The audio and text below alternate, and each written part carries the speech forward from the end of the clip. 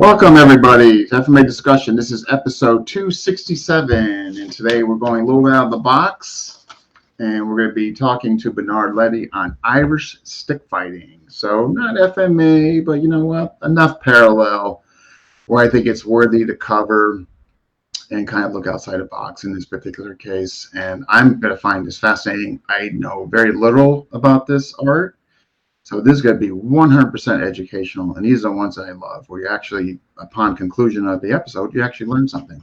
So without further ado, I'm going to be bringing up Bernard Leddy, and we're going to kick this off. Yes, if you're watching, tell us where you're watching from. Smash that like button, and we're just getting started. Hey, thank you. Thank you for coming no problem. Thanks for inviting me. Oh yeah, no, like I was just explaining to the audience, I'm like really looking forward to this. And today, folks, we do have to cut early at 3:15, but if it warrants bringing them back, we will absolutely make that happen. So let's just jump into it. I mean, so Irish stick fighting. What led you to this? How'd you fall into this? Well, a long, boring story, to be honest. For many years of my life, I was a prison officer in the UK, working in lots of different places with not very nice people. And about 2005, I had an accident at work where I smashed up my right knee. So I was out of work, and well, not out of work, but off sick and getting about 2 years of therapy and a couple of operations on it. And when I got back into it, because I've always been a martial artist, I've always done martial arts my whole life. I decided to go looking for something different. You know, when the doctor said to me, look, you can go back and you can start training, I thought, right, well, let's go and find something, but let's go down a different route. My previous martial arts have been karate and aikido and Wing Chun, which I still love to do today, but I wanted to do something very different. So I got into every martial art in the area I could find. You know, there's a lot of people pointing at the fat old man in the corner who was trying to get his breath back. That was me, desperately trying to get contend with other people who are half my age and half my size. Yeah. And it just, nothing sung to me. Nothing sort of got to me. Nothing that intrigued me enough. So one night when I had too many glasses of wine, and I know I'm Irish, it should be Guinness, but it was wine. I was going to say Guinness, right? Let's take it out. It was wine. I was sat on the computer doing the nerdy martial art warrior sofa warrior keyboard martial art thing, whatever everybody calls it nowadays. And I started thinking about my own culture, where I'm from, the history in my family of fighting and stuff, and had there been any, and where are we fighters, and I started thinking about perpetrating my own culture rather than I'd always been Japanese or Chinese cultures. What about looking at my own Irish culture? So I had a little giggle to myself, and I typed into the computer, kind of ready to see what was come up. And the first thing that came up was Irish stick fighting. And it came up with the name of the man called Glenn Doyle, who was my teacher. And luckily he's become my friend over the years. And I like complete nerd that I am, complete martial arts nerd that I am. And I think everybody who watched this is probably a martial arts nerd like me. You want to search it to the nth degree. It's what I've done. And I realized, this looks fascinating. I watched every video I could find, and I thought, I want to do this. So I reached out to him, and he said, yeah, come over to Canada where he lived. So I flew from the UK where I was living at the time. I said to my wife, come on, let's go on holiday. Let's go to Canada. And she said, well, I've never been there. And I said, come on, let's try it. So I phoned the bank manager up, extended my credit on my credit card. He started crying. I started crying, and off we went. And it was the best experience of my life. And it's really sung to me, I suppose, maybe because it's a part of my history. The first time I ever heard about it was my grandfather when he was a Cavan man, which Cavan is not too far from where I live now. And he was on about when he was a young boy, seeing two men fighting with sticks at a cattle mart, and one killed the other one. And because it wasn't the norm then, because a lot of when the famine came along, it wiped a lot of the stick fighting out. But yeah, that's before I go on to another thread completely. That's how I got into it. Yeah, no, that's fascinating. So, so when you meet Doyle there and all that, like, what did when having a previous martial arts background, what immediately attracted you to, like, wow, this is it. I finally have found something that really resonates with me, and I want to go deep in this? I think first of all, the practicality. When you realize that there's no bits of it, a lot of martial arts, older martial arts particularly, they get slightly diluted and bring in competitions. So they take a lot of techniques out so people don't. Good point. Yeah, and you also get a lot of them that start developing katas and forms that aren't necessarily from the original point. They're stuff just to keep people in the door. And I don't mean that derogatory in any shape or form. No, but you're actually right, though. It's like a watering down with not intention. No, it's not. It's to keep people interested because people were living on this and relying on these systems, and that's what they done it for, to keep people coming to the club. And the beauty of Irish Stick is it's as it was taught, and it's a very martial system, because it deals primarily with finishing the fight as quick as you can. You want to get in there, you want to get it over with, and you want to do it with some finesse, obviously, but then you want to get it finished and you want to go home. And that's what it's all about. It's a very quick, attacking, defending martial art. It's just fantastic. Yeah, good points, though. Again, on that, like the practicality where they didn't get immersed into forms and kata. And like you said, not that that's a bad thing, but and it's just being honest, like the bigger these systems get, regardless of what they are or what country or point of origin, it seems like the farther they get away from reality, And again, and totally much to your point, money coming in, keeping revenue up, keeping the doors open. So I get it, you know what I mean? But it does happen. And it sounds like Irish stick fighting hasn't crossed that yet. No, with me, it's not going to. Yeah, which is good. It is, So is there before we get into where you're going to actually show some stuff and all that, is there a perspective that both covers utilitarian, self-defense, and ultimate dueling? The whole thing is set for the faction fights. Where it comes from. The faction fights were incredibly dangerous fights. In Ireland, we had faction fighting up until the famine. And faction fighting was where different groups from different areas would all fight each other. And this would be at fairs, at church functions, Church functions. Absolutely. And the Catholic Church hated it. And they would stop people bringing sticks, because people would turn up to church with sticks because they were going to pummel the crap out of each other after church. So a lot of the times they were told, no, you can't have it. So they would leave the church ground, go into the field across the road, and then carry on the fighting system. The whole system of it's designed to hurt and to maim, but it's also teaching you control. And a lot of those factions, it was all about honor. It's all about keeping up the faction name and fighting for the faction and looking after the faction. So there's often stories you'll read about mothers who the boys are coming back from the fight, and she'll say, "Did you see my son?" And they say, "Well, sorry, he died." And she'll say, "Well, did he fight well?" And they go, "Yeah, he done really brilliant." And that's great, The whole thing was about the fighting system. So Irish Stick is very close in. It's very quick. The Doyle faction, certainly Doyle style, is because you're very close in, very quick, and you're fighting with people side by side and all around you. So traditionally, you're fighting with someone. There might be someone behind you who's going to brain you. So you got to get this guy quick. You got someone behind him who's coming at you.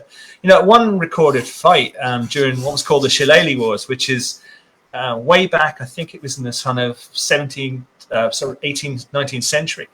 There was 36,000 people recorded in one fight in a field, and you're talking bodies, so you're stepping, and we do moves that we train to step over obstacles in the ground, so stepping over things, so to fight and still continue fighting. So there is no kind of how can I say, there is a complete control, because everything's done under controlled circumstances, and you're training yourself all the time. And it's not one of these, you're going to go out and form a Cobra Kai and be a really bad person. It's teaching you that self-discipline, because you have to be disciplined, because you're training with your friends. If you hurt your friend, right, you're not going to have much training partners. I mean, you're going to be on your own. Wow. We got some folks. This is fascinating. I mean, the history you're giving out. We got Brett, we got Daniel, we got Emmanuel Hart from France. We got two hooligans, Glenn Ryan and Eric O'Brien. And guess what nationality they are? And we got Alvin Albano. Folks, if you're watching, tell us where you're watching from and smash that like button. So this is fascinating. Like what you just told me, shared me there. I had no idea that it was that prominent, that you actually had factions going against one another. And gosh, I can only imagine with that magnitude of people, and not covering your blind spots. And that's just, wow. It's a very big thing. And it was, again, like I say, it was an honourable thing. I mean, and Ireland always had factions. We still have them today. You have and I'm not talking about troubles where you had like the Catholic and Protestant. You always had villages. I remember growing up, I grew up in County Waterford, and we had a couple of villages there which will remain nameless in case anybody from there is watching and they want to come and kick my ass for mentioning it. But when they would meet at football games or hurling games, there would always be trouble. Not because they hated each other. I remember saying to one of the lads when I was at school with him, I said, why do you lads always fight? And he said, we just always have. No one knows why. It's just when they meet, they fight because of factions and history. And it goes way back. And a lot of the faction fighting itself, hang on, I'm on my soapbox now. A lot of the faction fighting itself, it's kind of recorded. And if you look up Irish stick fighting, look up on any of the sites, you'll start to see the English start to record it. Because we had a slight problem with the English for about 800 years. But just a slight problem. Slight problem, yeah. They wouldn't go home. They wouldn't take the hint. But anyway, my wife's English, she'll kill me. They would start to record it, and that's when it started to appear. But if you look further back, there's no recorded history of it, which is a really unfortunate thing. But that went on longer. It went on way back to the Celts, and the Celts would use the shillelagh because it would be an easier way of training their child. They've got the family sword, which is made of bronze or iron or metal or steel. You're not going to give your 12-year-old the sword to go out and practice in the hedge because they were really expensive in those days. I mean, these were like Lamborghinis and stuff. And just the weight of the broadswords and it's They always used the smallest sword. We used to. Hang on, let me get off the. Oh yeah, okay. Really bad. This is getting fascinating. We use these shorter swords. So not like, okay, I got you. But there was, I'm not a sword expert, so please don't write in and tell me I'm wrong, because I probably am in that sense. I don't know the name of the sword. I know it was called the hand sword because it was held in one hand.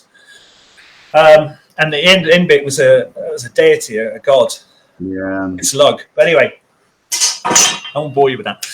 But the swords were not like particularly heavy, probably because the people were shorter, but it's the expense because they were so expensive. You'll see drawings of Celtic warriors or paintings of Celtic warriors all covered in armor and helmets and spears and swords and shields. But that's like someone taking a picture of Kim Kardashian nowadays and going, well, everybody lived like that then. We all had Lamborghinis and 5 nannies and, we're all mega rich. We're not. We were. Yeah, you're right. So that. Not this guy.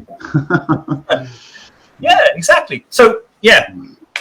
So I think it went on further back, and the raids and stuff that used to happen, like the raids were cattle raids, where your community in Ireland we have townlands. My townland is called Bunnakill, which means the hill over the church, or hill looking at the church, or hill over the church, or the wooded hill. And our townland, we have a fort here, an old fort, and there's an old fort sort of about a quarter of a mile that way. And these would have been 2 different factions, and those forts would protect the cattle because all the factions, all the tribes and the townlands would get together and go raiding. So they'd all go and steal everyone else's cattle, and then everyone else would get together and go steal their cattle. I mean, they'd probably kill a lot of people as well. But and that's kind of when the early factions started, I think, anyway. That's how far ago it was, way back. Oh, the cattle hustling. Okay. Yeah. So, and that's the factions. And every club now is a faction. So every club that we have, my faction is called the Fighting Hares.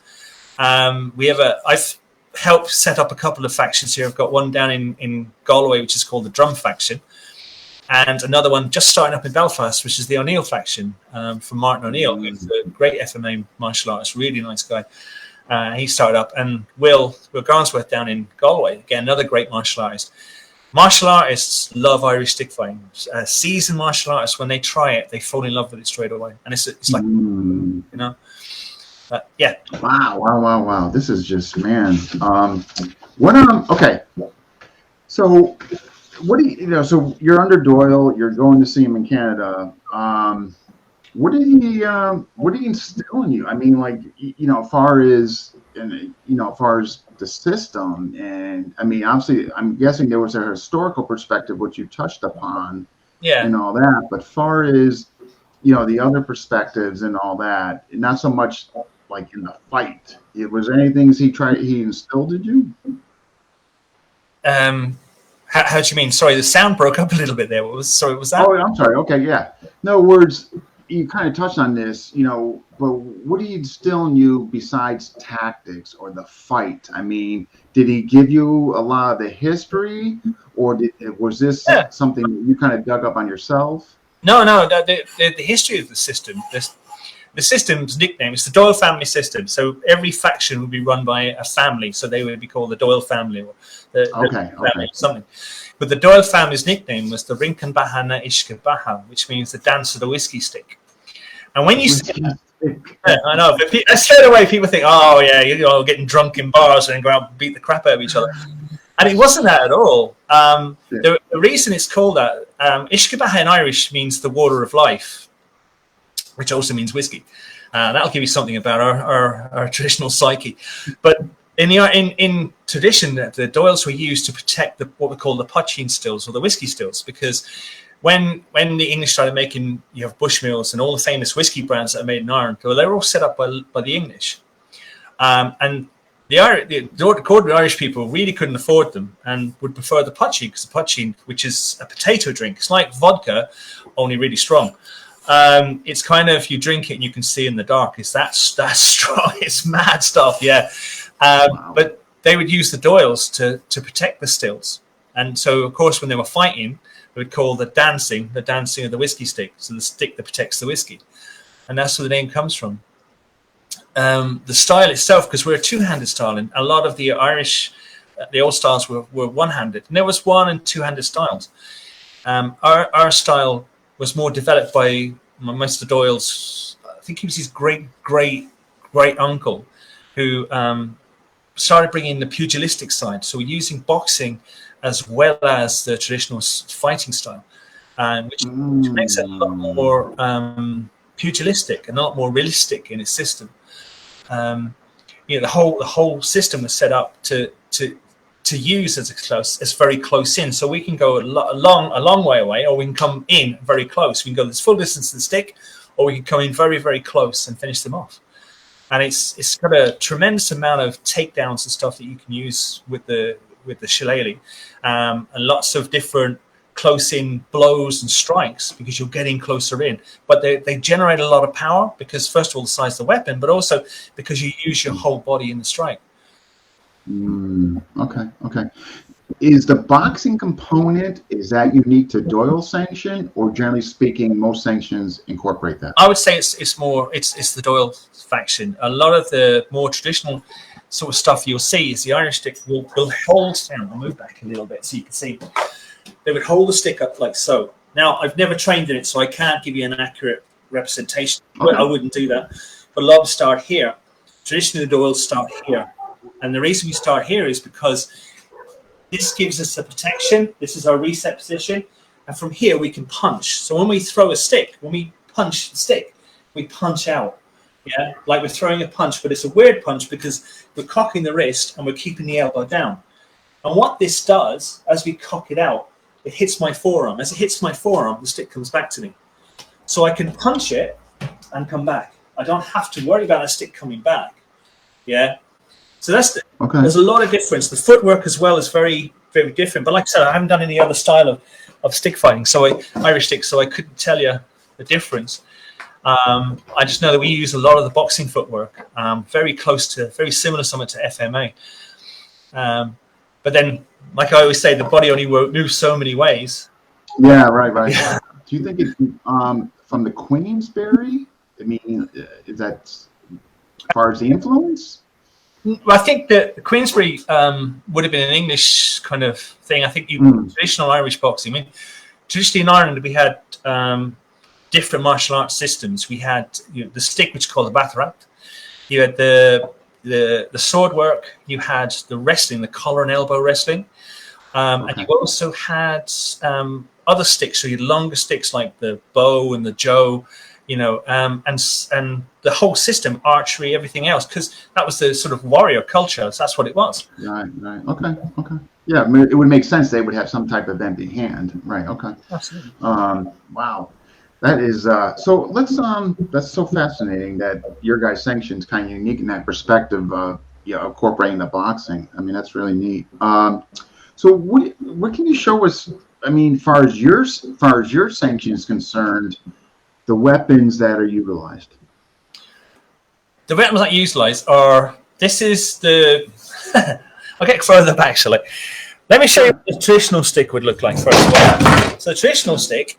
This is an old shillelagh. This is quite old. Now you've got the end, which is called the knob, and you've got the thorns on the stick here, right to the end. And the thorns would be utilized. We would use the thorns in the general fighting. We still do techniques that involve the thorns.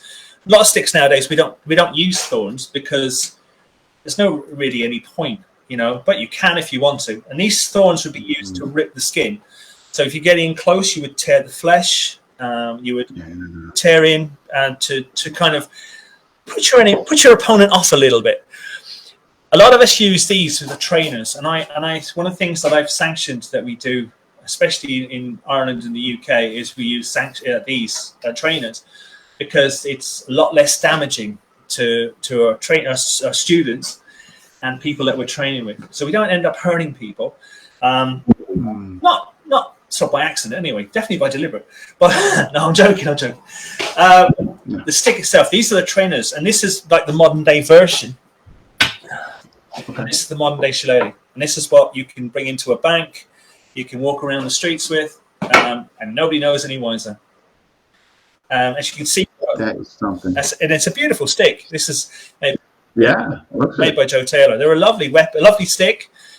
They're also a weapon. So we can take them anywhere. You can keep them in your car. No one bats an eyelid. Especially as we get older, there's something that we can carry and no one can. Yeah, this guy's is cane oriented, Yeah.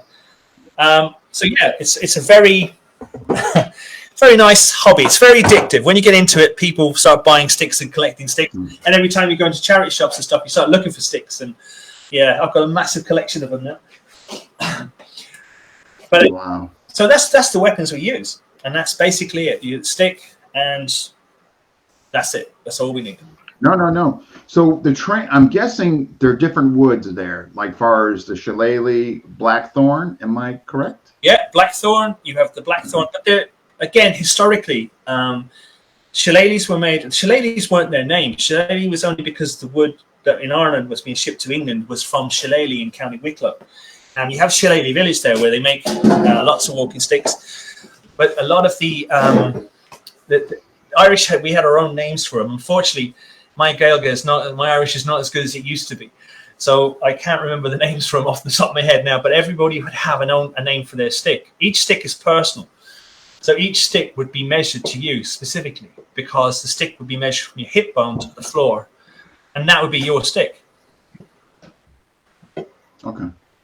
So Glenn Ryan, my friend Glenn Ryan, Blackthorn Resort. There was this place in New York where he went to go do an MMA fight, and obviously it was heavily populated with Irish people, and it just Blackthorn Resort. No, let's not go back there. That's right. So the trainer, what is the wood for the trainer? The wood is anything you like. Okay. So, I mean, actually, going back to wood, I went off on a bit of a trail there. The wood itself was generally the wood that was in your area. So you would have ash, you would have oak, you would have whatever you could get hold of. Rhododendron was used as well. Whatever was there and you could use, you would use that stick because you would use that wood because it's available. Yeah, right. It's close to you, right? I got you. We got a question here, Bernard. There is a great effort within FMA, different schools and styles to meet. Daniel, that depends on what. Take it from me, FMA discussion. That depends, but I get your point. To cooperate, share, and learn from one another. Yeah, I would. That's improved. Among the different styles of Irish stick fighting, is there a similar interaction? Good question, though. Yeah, there is. I mean, Irish stick is very accepting, and I think we are. There are people. We have a stick. If anybody's interested, there's a stick site that John Border set up in America. I saw that. Yeah, the Irish stick, and there's lots of people from all different backgrounds and Irish stick training and everything else, and they come on there and they share their ideas. You know, it's not a. I mean, I'm certainly not closed-minded when it comes to Irish stick. Everything to me, I always say everything is everything, and my students like take the mickey out of me for saying that, but yeah, it is. Everything is everything. So if you can learn one thing, you know, from somebody else, then great, learn it. You know, Irish stick is very grown up in that sense, I find anyway, and also. Oh, that's nice. And I detest politics in martial arts. No, what? Come to FMA. I mean, there's been improvement. There has. I think COVID played a huge part because you started getting ongoing Zoom, and people were crossing over just because they couldn't do anything else. And so there's definitely been an improvement in the area. Yeah. You know, but much to your point, I think that's refreshing to hear as far as your community, how it's not that division and it's more welcoming. I think that's great. Yeah, I mean, you know, everything is everything. So open your minds up and see what's out there. Whether or not it's for you or not, that's your choice at the end of the day. You know, with me, the way I train, like I said, I despise politics. I always find people that are into politics normally aren't that good. So they get their grades and then they disappear into the office and slag everybody off, should we say, or just, you know, are really bad about other people and say stuff. And it's just, you know, we're all a martial arts family. We're all martial artists together. We all love the same thing. Just, you know, get on and do it. Have fun with it and see other things. No, I know. We're not at war anymore. That's just. Yeah, well said. You know, obviously, no argument for me. This is something I contend with every day on FMA discussion. And I mean, it's just, guys, it's just like, come on now. But we got a question here from Emmanuel, my man from France. How has modern tech influenced training? Brilliant question. Zoom has been a lifeline. When, like you mentioned, COVID came in, and it was very much, you know, everyone was just sat at home, and I started training with my lads, my club, the Fighting Hares. We started training via Zoom, actually Messenger, which didn't work very well, so we went on to Zoom, and it was great. And then one of my friends said, "Well, why don't you start reaching out to people who are stuck at home and kind of help them?" So I did. I brought in the Zoom classes, started doing Zoom online training. And it's been fantastic. It's reaching people all over the world. I mean, now we have students in Pakistan and Asia, in Egypt. You know, we have a Prague faction. We have, I say, all the guys in America. We got Hawaii. We're now moving into Central America, Canada. It's just amazing. You know, UK is really getting big for Irish stick, and we're growing here in Ireland too, which has just been my life's dream. You know? Which is what you want. I mean, it's your native country. I think it's fantastic. Like from an outside perspective, you know, from FMA community, I've definitely seen the growth in I'm seeing the post, I'm seeing the traction. So something's definitely going on positive in here. And I'm so glad. And hopefully upon conclusion of this episode, you even get further audience and all that. You know, that's the goal, that's why I wanted, you know, that's why I kind of went outside FMA, because, you know, I want the other systems and all that involve weapons to be heard and to grow, you know. So thank you for that. No, yeah, happy to do. So all right, so what about with the wood, is there, in other words, I just want to make sure I'm not missing any questions. This is where I was asking. Widespread, yeah, well, it's definitely spreading, Alvin. And okay, this is a question for Brett. I'm not sure if you're gonna be able to answer it. Does it share in any similarities to the African War Club, the way it's taught? I've never done the African War Club, so I can't really comment. Yeah, nor have I. So I could just tell you from Piper System, the way they're moved, there's what they call drift shots. Oh, okay. So what I mean is, if I'm coming here, I let it drift because the end of the club is heavy. So it enables the drift. Like I'm coming here, you actually are going to the leg. And that's just from a Piper lens and the stick influence in Piper, but I'm not sure if that would relate to your weapon. We would let it drift. We would finish on with the assault, so we would carry on using our body weight to drive it. Okay. But yeah. Okay. But like I say, human beings don't move so many ways, so there probably would be similarities. Yeah. I mean, yeah. Okay, man. Has things like soft sticks changed the dynamics of the training? Noted that the training stick is not soft. So do you guys even incorporate soft sticks in your training, or are you guys just going with hard wood and making sure your hands don't get we use soft sticks when we're getting close in. I mean, we do a lot of stuff around the neck, so we're taking the stick into the face.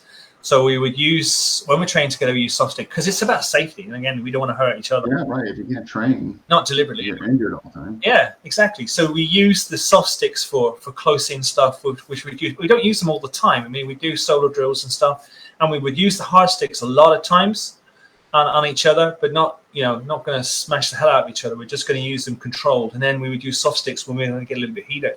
But there would be no difference. We still use the same sort of gusto, shall we say, to get stuck in. Yeah. It wouldn't be a case of, well, I got soft sticks, so I'm going to go a little bit crazy. You go, no, I'm going to use the technique, and it would be very much a close in, hard, bolts to the wall kind of thing. Just curiosity, what soft sticks are you using? Well, I'll get them for you. Actually. My bag. Oh, awesome. We use these, and we have different varieties. Now, these are the ones we use for training. This is just a generic. This is from Rods. They're a company in the UK, and it's just soft padded, and we basically decide which end is the knob and which isn't, and we just. And this is one that Jay Fujimoto in Hawaii made me. And again, the red marking is the knob, and it's more spring loaded, and it's a really nice stick to use. But this again would be something we would use, something we're looking at. Okay. What's the length of those? They're about the same as the shillelagh, so they're about kind of hip height. So we'd measure shillelagh from here, and this is the perfect stick for me. This would be the same. We kind of. You have your own person. Okay. To your height. Oh, wow. Okay. Nice. Jeez. I mean, all right. So, okay. So let's, yes, Maestro Alvin, I'm going to get to that question. I have that question as well, sir. And we're going to be getting to that. So let's get some show and tell. So what are some, I guess, like methodology of basic strikes, blocks, what have you?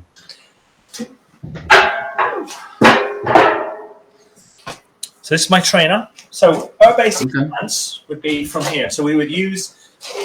Let me move that camera down. Excuse me, folks. I'm just going to move the camera down a little bit to get the better on my feet. So from here, we would use the right leg forward and the left leg on the ball of the foot, and the stick in the basic reset position is here. So the stick is below my chin and solar plexus, and my two thumbs are on the back. This is to give me the punching technique. So when I'm punching from here, the jab, or what's called the lead strike, which equates to a jab in boxing, would be from here, there. And what I'm doing is I'm hitting the forearm here with the stick, not the elbow and not the wrist, because I don't want to damage them. And I'm using that bone to hit and come back there.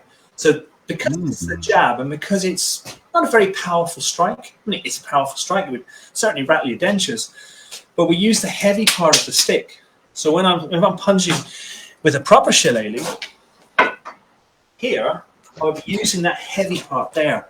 And this is the part that will be coming in. I'm punching. So I'm using a weak-ish strike with the heaviest part of the stick. So I'm getting the most damage as possible. So it's there, in. And that's just using That's our basic strike. That's the lead strike. So there, okay. And then we would use a thing called a double lead, or what we nickname the double tap. So it's used in the backhand. So it always comes back to this position. So it's here. It hits the arm. It comes back every time. And I'm re-grabbing the stick. So when I hit that arm, I don't have to exert loads of energy to swing the stick out. The stick's hitting my arm. It's coming back on its own. But I want to increase that attack. So rather than kind of do one and then do another one, I tense the backhand. So it becomes 2 strikes. So I can hit them twice. Yeah. Well, okay. I got you. Now, necessarily, what we do is we aim for the nose. And we have what we call the line of nose, which, again, you're probably very familiar with in FMA. And that line of nose is my target. So when I strike out and strike into my opponent's nose, and when I train, I strike to my own nose height. Because I know wherever my nose points, yeah, when I step or when I move, whatever, that target is going to be the end of my nose. Okay, so a reference. Okay. Exactly, reference point. So these are the kind of basic strikes, or the bread and butter strikes, as we call them, because of the bread and butter of Irish stick. The more powerful strike is called the reverse, and this is like a cross. So you've got your jab and then your cross. And our cross, this is our lead, this is our jab, our cross would be here. So we twist up our chest, or open the chest up, and we strike in. There. And as we do, we're bringing that hand back. And this is opening my chest up. So using all the muscles in the chest, rather than kind of just using the arm, it's my chest is powering in. There. There. And it's the same thing. I'm hitting that arm and I'm coming back. Whoa. So I'm driving that in and back. Yeah. So it's that tap on the arm which is bringing that stick back to me. Okay. Now we also use other techniques. One of my favorite techniques is what's called the crescent moon. And I'll show you the basic version of the crescent moon. The crescent moon is taken from the hip here. And what I'm doing is I'm stretching it out and I bring that that move all the way around. So I'm engaging my whole body rather than my arms and shoulders. And the crescent moon strike. I introduce you to Bob. The crescent moon strike it's a, how can I put this politely? It's a finisher. So from that position, I'm turning and I'm bringing my whole body weight on the point of the stick. So it's, and I'm aiming for a hard surface on the face or the neck. So I can use this to either break the jaw, because when I finish that turn, I'm not turning into the face, I'm turning all the way around. Yeah. So from here, I'm punching through the jaw and coming all the way back. Equally, as you get more advanced on this can be used as a takedown. So from here, I can come in and take the head round the knee, around the hip, and finish him off. Yeah, or you can take him back and then down onto the ground by bending the head back and taking him down to the floor. Again, this is called the crescent moon. The names are really lovely. They're very unusual, and that's because they were traditionally Irish names or Gaeilge names in Gaelic, and they went to Canada where they survived, Newfoundland where they survived. Oh, okay. And the story is that Glenn's great uncle had to leave Ireland in a hurry. Had to leave due to the English. I think something he upset a few of them. And he went down to a port in Wexford, and there was 2 ships. One was going to Tasmania, and one was going to Newfoundland. And he went to, luckily for us, he went to Newfoundland. And Newfoundland is a big Irish centre. It always has been. It's the only place outside of Ireland that has what's called the Gaeltacht, which is an area where people speak nothing but Irish. And it's been there for years and years.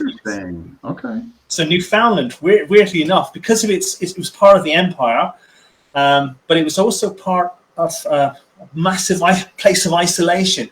And that was the part that saved it, because the British didn't really care. If they revolted there, they could all get the troops together. By the time it spread, they'd have got the troops together and probably controlled it. So it continued there, and it continued. All Irish traditions continued there for generations, and luckily for us, it survived. And Glenn is the last one of his family teaching it. Traditionally, it was kept within families, and it would only be your family. Glenn's dad would only teach him and family members. And when Glenn's dad was dying, God rest him, Glenn went to him and said, "Look, you know, when I go, I'm the last one the system's gonna die with me." And he said, "I want permission to teach other people." And his dad said, "Yeah, teach it, keep it going." And thank goodness he did, you know. Yeah, absolutely. Because now we have you. Yeah. Yeah. Anyway, back. I'll get off the history thing. So we're looking now at a couple more of the strikes. So we're looking at a couple of blocks actually, and the blocks are generational. So you'll have first and second generation blocks, and the first generation blocks are two-handed blocks. So from here, what we do is we call jump the stick. So we jump the stick to move our hands. The reason we do this, if I'm in this position, my hands are the most protruding thing. So I'm like so, right? And basically, people are going to try and attack my hands. So if they come on my hands, I can jump the stick. So I can jump from either end, doesn't matter. What the old stick fighters would do is they would shave the thorns off the areas from the center at the end. So they would jump the thorns, yeah? So they still keep the thorns on there, but not lose any feelings in their fingers. With us from here, if we're going to block to the left and right, we jump. So as we jump, we open up and we block, yeah? So it's here, it's a very quick block, it's there. And you're still in a position where you can see the stick is coming round in this way, this angle, and you're intercepting at that 45 degree, yeah? And again, it comes the other side, you would step in. What we would do is here we would block, and we always imagine that we're stepping in. And we step in here because this is where we want to be. One point to him, I can't see him. This is where we want to be. We want to get in here to finish the fight. Yeah? So it's block, block. And then the third one we do, we have lots of different forms of blocking. One of the ones with my favorite is a downward strike. So someone coming down to smash the skull. And what we would do here is we would push the stick back in this kind of upward motion, and then we bring the stick straight down. So it's there and straight down. And what we're doing is when that weapon's coming down, we move to meet it, and we push it back, and then we drop the stick, his own stick, into his face, and we drag it down his own face, so use his own weapon against him. Yeah. So it's better to show if I've got somebody here to hit. Yeah. But yeah, and that's what we're doing. We're moving in and bringing that stick down, and we're not dropping it too far. We're just entering and pushing down. So we're driving. So we're driving a weapon back into their own head. So kind of like a jamming effect. Okay. Yeah, it's more. You're kind of raking. So from here we're pushing up there, and intercepting, and we move our body forward. So we're moving forward to push that weapon back. And then we drop it down. So we bring that weapon back into the head, and then we drop the weapon down. So we wrench and we rake that face down like that. It's called very much like what's called carry the coffin. So we're there and we drag that stick down into the face. Yeah. Okay. So it's all about distance, getting in, and then finishing. No, man. That's Love it. We got a question. Are there names for techniques uniform across different schools or different sanctions? So are there some uniformity as far as the descriptive names, like for techniques among different sanctions? Different factions. I don't know. I've never done the other styles. I assume that they're going to be there's going to be some pretty similar names. Yeah. Again, it depends on the origins and what's, So ours, like I said, we've got the Canadian, the Newfoundland twist on the sort of the names. I mean, one of my favorite names is called, one of my favorite techniques is called bust the anthill. And this is the anthill, and when we bust it, all the red ants run out. That's why it's called bust the anthill. It's a really fun technique. What we're looking at doing is using our body weight, and we're going to attack the face. We'll just get Bob back into frame. Bust the anthill will be from this position here. When I'm ready, I'm in my reset position. We will drop it down to generate power, and we would move forward, and then we would flip that stick at the end there. So if you look at the knob of the stick from this position here, it comes up because at the end I'm generating that twist to power into it. So it's there. So you're busting through and in.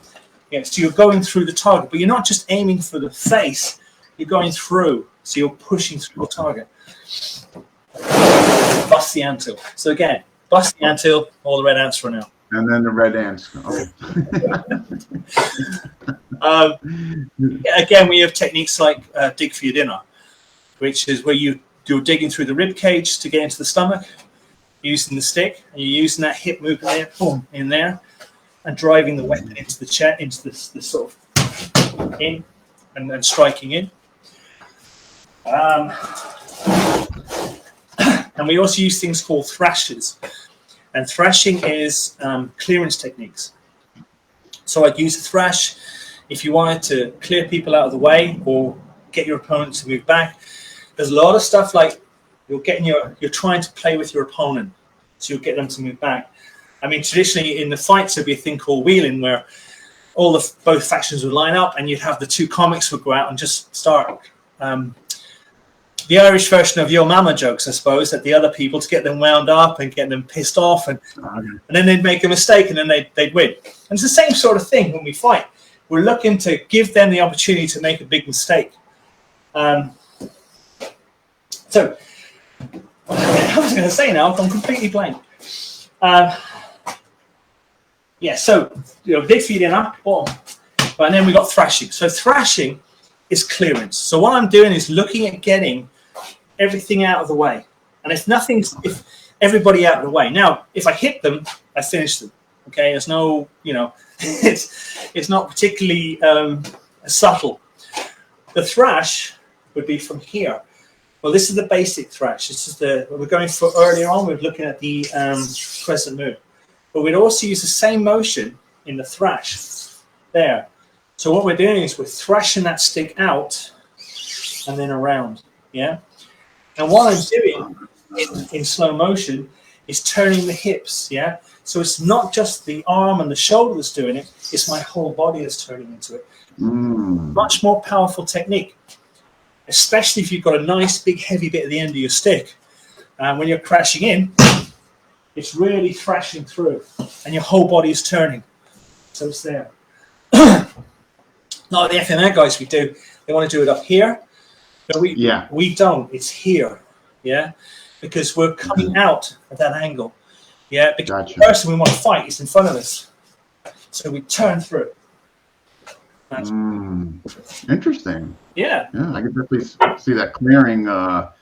Like people would want to get out of the way. Yeah, it's really great in shopping malls, and and in the queue. Yeah, you're going shopping. Jeez, that is wow. Interesting. This is fascinating. I mean, just. Your methodology and like what you guys try to do, the crashing in, raking down, moving your hands to get your hands out of the way of attack, those blocks, We do other stuff. I mean, we utilize the fist. So we do the second generation blocking, which is used in one hand. So from here, we turn the stick. And it's very much, excuse my is it the abanico, the fan. Abanico. Yeah. It's very much like that because we're using our elbow and our wrist and we're pulling that stick in and with that fan as our block. And this is allowing us here to have a fist, yeah? So we would step in, punch, and then what we do is called a regrab, where we punch them with the stick to get the stick back in our hands. Okay. Yeah. And again, it's this is a very strong block. Having the thumb at the end makes it really strong. Yeah. Either side we would do that. And again, we use the feet as well. We do kicks and little kicks. We don't do the big, we do a thing called the log kick. We bring our foot up the shin, and then we drop our body weight on the shin to dislocate the knee. So be up there and then straight down. So our body weight would be going up and in. And it's called on a downward angle. Gotcha. Yeah. So the log kick is very much like the name suggests. It's like log on a length of rope, and I swing it, and that's how it goes. So you swing that up, and then you drop in. Oh, okay. That's the name. So yeah. definitely creative terms, and you know, as far as as far as descriptive techniques and all that, you know, very unique in that area. I mean, it's kind of neat. Yeah, it's very, very unusual. Yeah, absolutely. Yeah, no, I mean that's so we got here. So what was I say here? So before I get into it, what's the legality? So I mean, obviously you mentioned before you can certainly walk around with it. You can go in the banks. I mean, so no legality whatsoever. As far as Well, is that Ireland or England as well? that's the world, because it's a walking stick. I mean, it's just a walking stick. That's what I'm doing. I'm out for a walk. I'm not walking around threatening people. Punishing it, threatening manner. Yeah, right. It's very much it's a walking stick, so I can take it wherever I want. You know, I wouldn't take the trainers. I would take my original stick, or I take the old shillelagh here, which would be you can walk around and again, like I said, I'm now getting to a certain age, which I don't want to be at this age, but you kind of have to. You've got no choice really. I've taken the stick with me wherever I go because it's a fantastic weapon. The system is unbelievable, and it's so practical. You know, some of my guys have tried it out with, you know, against knives and other weapons just to play, and it's the distance, so we can maintain the distance all the time. Right. Yeah, that's yeah, I mean, right. If you can, right, that's the whole thing with blunt weapon. If you can maintain that distance and you know how to utilize it, you know, that's wow. And you got those nice prickly things going down the stick too. Yeah, exactly. So you're stripping the flesh. We call it strip the flesh. We just take the flesh off the bone. Yeah, tearing mechanism. Ooh. Yeah, absolutely. Yeah. Wow. Yeah, the walking stick meant to be a walking sword. Just yeah, it is wonder, isn't it? So unique to see these different styles across the world. You know what I mean? Such a breath of fresh air. So what? Okay, you're teaching. So do you teach it 100% that the way it was given to you by Sir Doyle, or have you kind of developed your own way? And have you?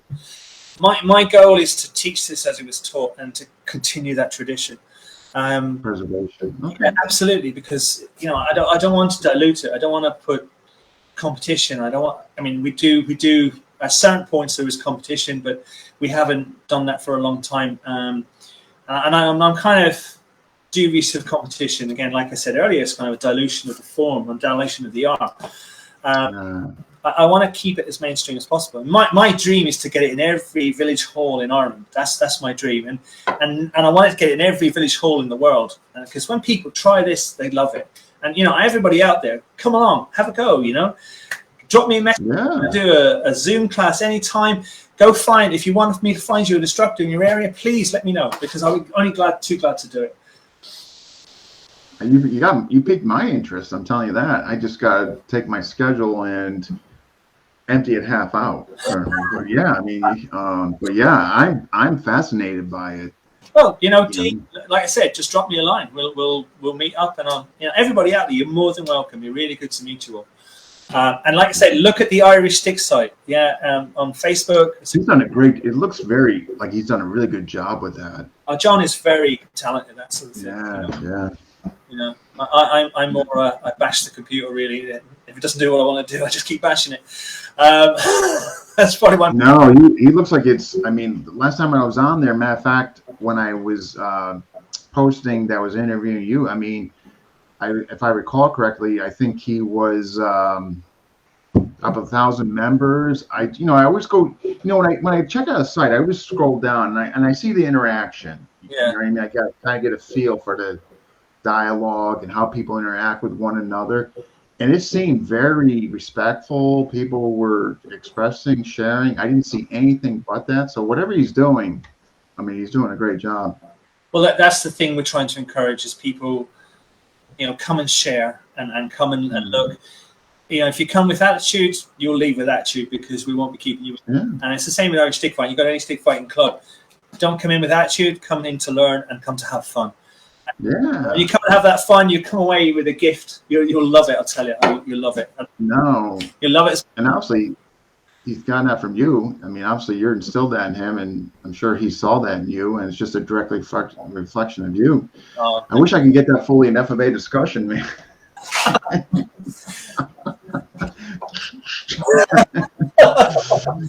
Actually, it's actually we're one of the better ones. I mean, there's some out there that, but we have a zero tolerance, so we've been able to really keep people in check. Absolutely. For the most part. You know what I mean?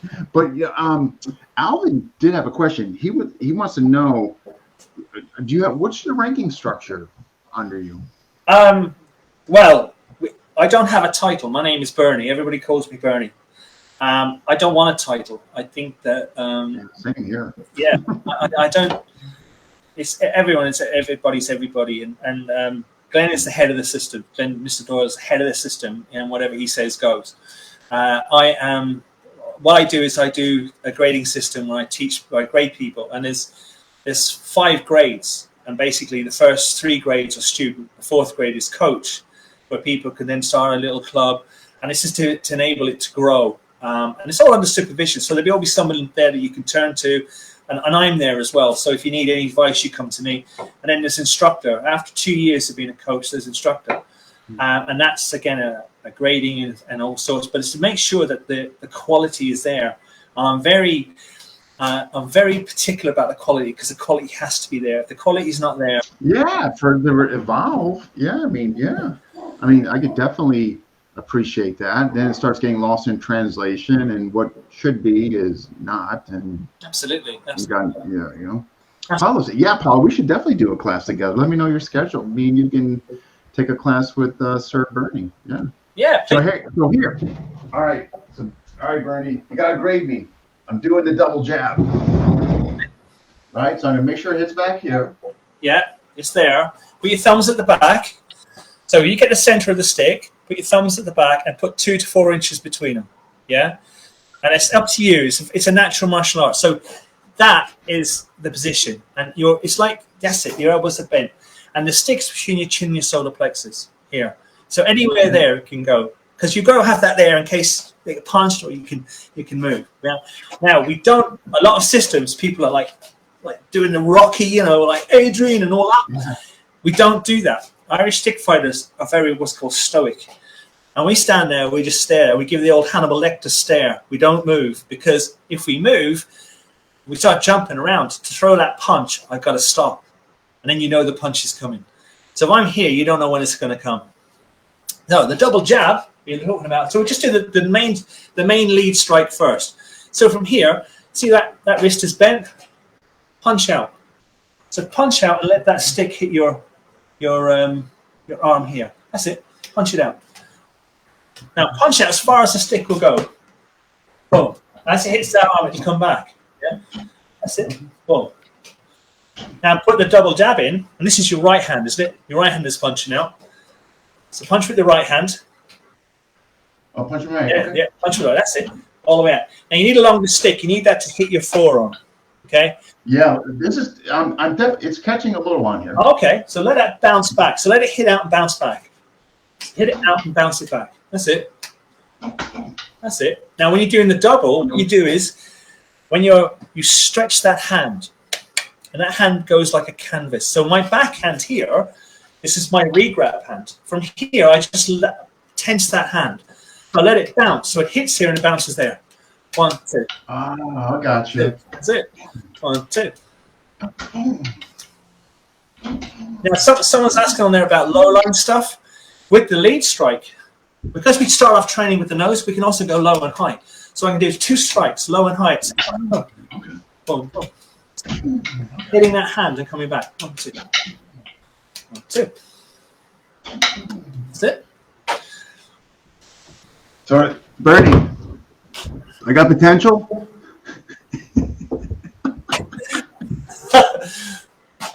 Good. You have. Yeah, you got it. We got it. Yep. Let's get you training, Dean. Let's get you into a training. No, you don't need to ask me twice to twist my arm. Awesome. Bernie, can you please show us? Okay, Paulo is asking if you could show some low line techniques. Okay. So by low line, I think you mean below the waist. I'm assuming correct. Yeah. Okay. No worries. Well, like we were saying before, Paolo, when I see your thing about the low line, the lead strike here, yeah, with a double tap, we can also do that down here. So we can go for the kneecap and go for the head. 1, 2. We do the 2 together. 1, 2. Yeah. We can also do what's called bust the knee, and from here, this position here, we can punch with the stick. So it's there. This is to say hello. Boom. Okay. We do that low line. We step in, and what we do is we bust the knee. So from here, we would step in and we drive that through the kneecap, trying to pop the knee. So the heavy part of the stick will come down and go through the knee, and I'm stepping forward with my body weight there and driving it through. Yeah. So there, boom, and in. Okay. I can also do thrashing low. So when we talk about the thrash that we done earlier on. Yeah, this can be down here. This can be a kneecap. This can be a shin. There. Yeah. Oh, as opposed to, so you got a low line and a high line. Okay. We don't teach it like that. We just say go for the. Oh, this is my. Okay, I'm just using my verbiage. No, absolutely, absolutely. Yeah. So there's lots of stuff we can do low line. Okay. Yeah. So culturally speaking, am I right to assume that this isn't art for killing necessarily, more like a dispute settlement? Let's settle. Yeah, and very, very good point. Yes and no, and yes. There was a lot of disputes were settled. I mean, a lot of the fairs and weddings and funerals, people meet up, and there was a problem or an issue, they would sort it out. If and again, people would get killed all the time. It's not uncommon. It's quite a common occurrence actually in stick fighting that people would have got killed. It's something we don't encourage today because it's hard enough getting members without killing any. So yeah, it would be a dispute settler. It would be something that would be sorted out, and it would be, again, people would get killed in those disputes. That's right. We got a question from Al. What is the advantage of the wrist bent that when you're in your ready stance? So Alvin did see. I think he joined later. So. And you explained it already, but the whole wrist. So it's there. It's just bent in. You're keeping that back there, and it's allowing you to drive that punch out. So from here, this is I'm coiled up, and then I punch out. Yeah, so I'm exploding from here. Yeah, rather kind of swinging up. It's just a punch. And people focus on the stick, but actually, it's the fist that's doing all the work, and it's that jab. Right. Yeah, and then you're keeping the elbow down. Boom, and in. Boom. And that stick hits. Yeah, I got this, Bernie. That's it. Yeah, you're there. You're nearly there, Dick. You kick your own school soon. FMA? Sorry. Jeez. All right, I just want to make sure I'm not missing any questions. No? Oh, okay. Okay, this is fantastic. And thank you so much for coming on. Oh, my pleasure. So you're getting traction. I mean, you're, again, I just want to reiterate to folks that, I'm seeing it on social media. You're getting students and stuff, and you're growing. I mean, you mentioned before the different countries now that you're in or you're teaching in. That's it. Now, so what are you future goals for yourself in the system that you kind of touched on your goals that you want in every village in Ireland, but outside of that, what are your other goals as far as yourself in the system? I want the system to grow. I want it to be very popular. I want it to be in every village, in every town, in every country in the world. I think it's the beauty of this system is not only it's a beautiful art, it's also a highly effective self-defense system. It's very, very quick. It's easy to learn. And it's a kind of easy system that when you learn it, you think, well, actually, yeah, this bit's difficult, but that bit's all right. And it takes a bit of practice and you get there. And then suddenly you start going, oh, actually, there's more to this. And it's like you found a jigsaw puzzle, and then you've done the jigsaw, then you realize there's a bigger jigsaw inside the box. And you just keep going and going and going. And that's what I love about it. And every week I'm learning something new because I see something there. Or I'll find a technique and I'll go, well, actually, that's just this, and I can add this. It's just amazing martial art, right? I know I'm sort of, what does it say, not freaking out, what's it called? I'm gushing all over it, but I do, I love it. I really love it. No, I could see it. I could see it in you, the way you're expressing it. I mean, it's, do got another question here. are there some subtle cultural postures that say, I'm here to fight, without being so overt about it? Okay, cultural postures. It's a very, very good question. You got me thinking now. Yeah, Paulo comes up with some great ones. Well, if you look at the traditional Irish stick, a lot of it would be like so. And we would start like this. Generally, in the traditional fighting, we would start like this. But once the fighting started, we would go to this. You would automatically go to the fault position? Yeah. So Okay. from here, we would start off like this, not to give away who we were. And then the stick would come down here. And then they know. Then they know. So we didn't want to give it away. We didn't want to say, we're here. Yeah. We said, no, we like you. And then, oh, no, we're not. No, then, yeah. Wow. So, Bernie, okay. So, I'm going to start training. Do I need to get the hat? Do I need to have a vest? What do you think? Do I need to?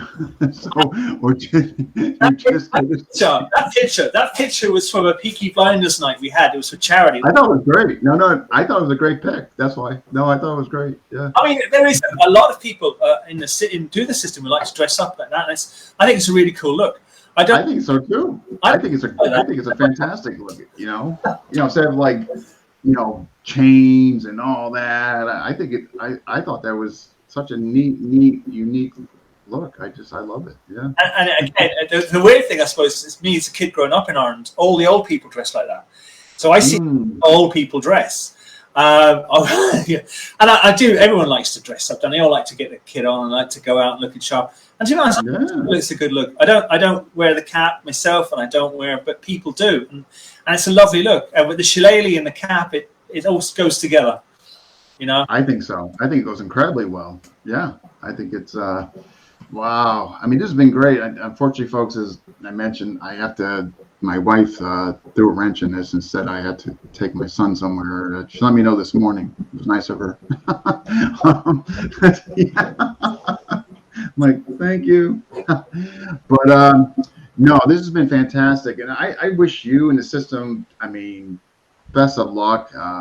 I can see why people want to train with you. It resonates through you, your kindness, your wanting to share. I feel your enthusiasm. From here. So it's definitely. I can see why people are attracted to you in the system. I definitely want to do this. I just got to look at my schedule, but I am so down, and I can get Paulo with me. That'd be fun. Me and Paulo in the same class. If you let me know where you are, if you want to train with me on Zoom, you're more than welcome. And if you want to let me know where you are, and if there's anybody local I can recommend. I always mistake with America because people say, oh yeah, he lives in New York and I'm in this, and I go, okay. I look at the map and I go, oh, this is only up the road. And it's like, no, it's a 12. I'm in Connecticut, so I am next to New York. Yeah. So where Mr. Border is, so he's. Yeah, I know he's in New York. I'm not sure the town, but I definitely, and I've spoke to him before. But yeah, I wouldn't mind. I definitely would want to do the intro with you, and I could always, of course, follow up with John. But I think it'd be kind of fun if me and Paulo did it together. I think that'd be kind of neat. More the merrier. Here, Paulo. Half moon. Now, listen, moon, but I'm not having nothing to do with me. You do that. If Paulo stops sending you Christmas cards, it's not my fault, okay? So I'm going to be practicing this tonight.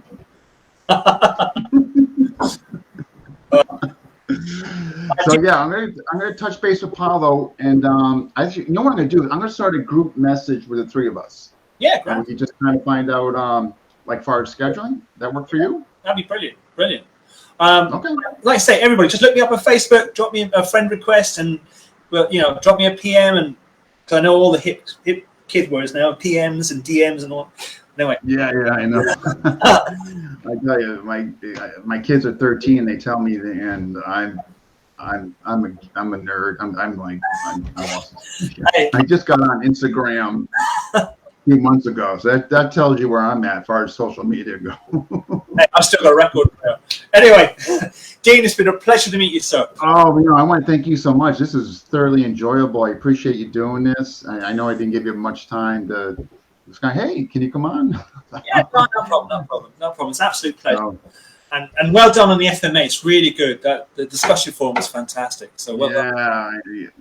yeah, thanks. I think it's taken 10 years off my life. Okay. But all right, I'm gonna start that group message, sir. Yeah, no problem, no problem. And Right.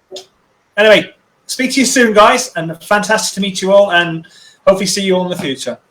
All right, thank you so much. You take care. Thanks, Dean. Bye. Bye, guys. Wow, huh? I love those episodes. We actually learned something and all that you've never been exposed to. That was the best. And he seems like a great guy, somebody easy to learn from and all that. I can see why people are definitely studying with him. So yes, folks, I'll go download that. I'll post that in the channel. Who is next? That's a great question. And I don't have the answer. I know the 13th Tom is doing somebody who I believe, Jason and Nay. That's going to be a good one. Mikey and Nay's son, the system there, he's California. Tom's doing it at the 13th. And I'm going to try to get Hawk on very soon. We got Paulo coming on a few times. He's going to cover me on the conclusion of KI themes and 2-on-1 with Burton. So stay tuned. Plenty more coming this month. All right, folks, thank you. If you've not already, please subscribe to FMA Discussion, where all our money that we receive goes to charity. All right. Have a good day.